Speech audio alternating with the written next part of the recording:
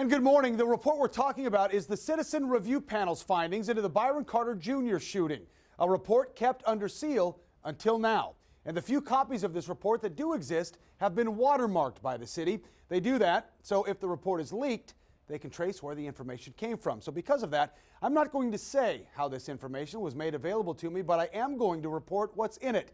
And it is important to note, this is the Citizen Review Panel's findings. What really happened that night is still hotly disputed.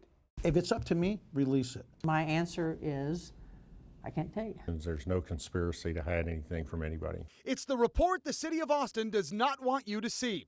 The Citizen Review Panel findings from the Byron Carter officer-involved shooting, kept secret for the past 2 years, despite APD's confidence in what happened that night. There's nothing in there that I'm not willing to talk about, as long as I can do so legally. When Officer Nathan Wagner shot and killed 20-year-old Byron Carter Jr. that night, APD conducted an internal affairs investigation. The chief found Officer Wagner did not violate APD policy, and he did not discipline Wagner in any way. But the Police Monitor's Office and the Citizens Review Panel also reviewed the case. Those offices were created by the city as additional oversight during police investigations, and not a single detail from any of those 3 investigations have ever been released. They conducted this deep investigation into it, but now they don't want anyone to see the investigation.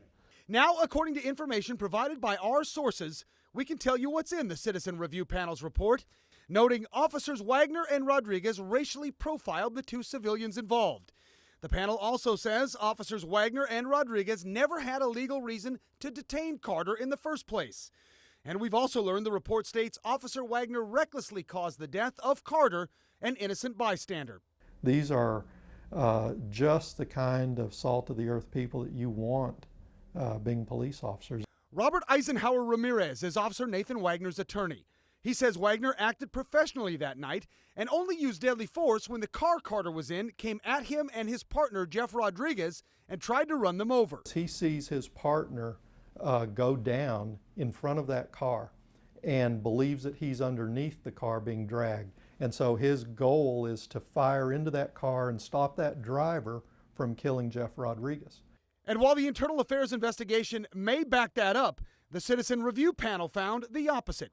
Information provided by our sources say the panel found Officer Wagner did not have objectively reasonable belief that the driver intended to run over or harm the officers, and did not have objectively reasonable belief that his partner was being dragged under a moving vehicle. We believe it's overwhelmingly clear that he was not hit by a car, that he was not in danger. That said, both the chief and Wagner's attorney say the Citizen Review Panel's findings are only based on a couple hours of reviewing the case and not considered thorough reviews.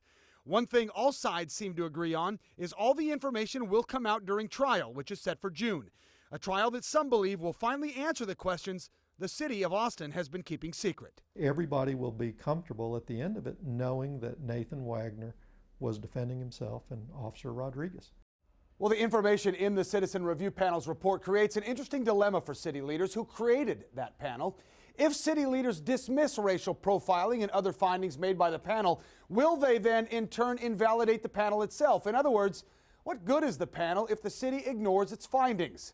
There are 7 members on the panel appointed by the city manager, Mark Ott. Members are trained by APD and Internal Affairs and must all be educated in police policies and procedures. And again, this case is set to go to trial in June. In the studio this morning, Chris Willis, KXAN News.